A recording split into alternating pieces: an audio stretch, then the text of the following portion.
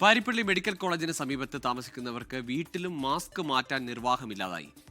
Medical കോളേജിന്റെ ശുചിമുറികളിൽ നിന്ന് ടാങ്കുകളിലേക്ക് പോകുന്ന പൈപ്പുകൾ പൊട്ടി റോഡിലേക്ക് ഒഴുകുന്നത് മൂലമുള്ള ദുർഗന്ധം കാരണം 24 മണിക്കൂറും മൂക്കുപൊത്തി കഴിയേണ്ട അവസ്ഥയിലാണ് ഒരു നാട്.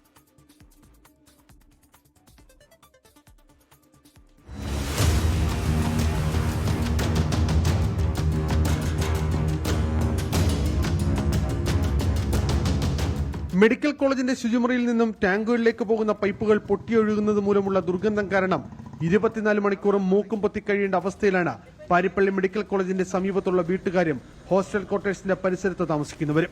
ദുർഗന്ധത്തിൽ നിന്നും രക്ഷ തേടാൻ രാത്രിയിലും പകലും മാസ്ക് ധരിക്കേണ്ട അവസ്ഥയിലാണ് ഈ നാട്ടുകാർ. നല്ല ഫോഴ്സോട് കൂടിയാണ് ഈ വേസ്റ്റ് വെള്ളം ഓപ്പണാക്കി വിടുന്നത്.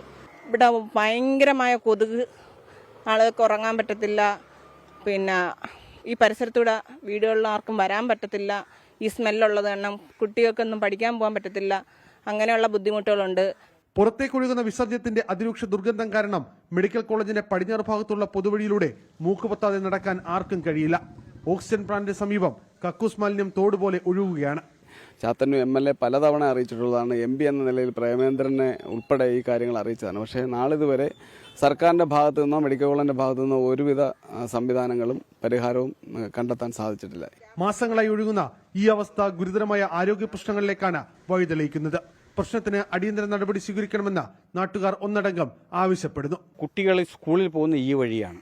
അതുകൊണ്ട് തന്നെ രാവിലെ എണീച്ച് ജോലിക്ക് പോകുന്ന ആൾക്കാർ, അവർക്കൊന്നും ഇതുവഴി യാത്ര ചെയ്തു പോകാൻ പറ്റുന്നില്ല. ഇവിടെ അസഹനീയമായ നാറ്റമാണ്. പിന്നെ കൊതുക്, കൊച്ചുങ്ങൾക്കൊന്നും പോകാൻ പറ്റത്തില്ല. തെന്നി വീഴും. മഴ പെയ്താൽ ഈ റോഡേ പോകാൻ പറ്റത്തില്ല. ഇവിടെ താമസിക്കാൻ ഭയങ്കര ബുദ്ധിമുട്ടാണ്. ഇവിടുന്ന് മഞ്ഞ ജലമാണ് മൊത്തം കിടക്കുന്നത്. ഇവിടെയും അതുപോലെ തന്നെ ഈ മതിലിന്റെ സൈഡിൽ കൂടെ ഇങ്ങനെ വെള്ളം ലീക്ക് പോകുന്നുണ്ട്. മാലിന്യവും ദുർഗന്ധവും ഒഴിവാക്കാൻ നടപടി വേണമെന്നാവശ്യപ്പെട്ട് മെഡിക്കൽ കോളേജ് അധികൃതർക്ക് നാട്ടുകാർ നിവേദനം നൽകിയെങ്കിലും ഫലപ്രദമായ നടപടി ഉണ്ടായില്ല. മെഡിക്കൽ കോളേജ് അധികൃതരുടെ നിസ്സംഗതയിൽ ശക്തമായ പ്രതിഷേധമാണ് ഇപ്പോൾ ഉയരുന്നത്. 24 കൊല്ലം.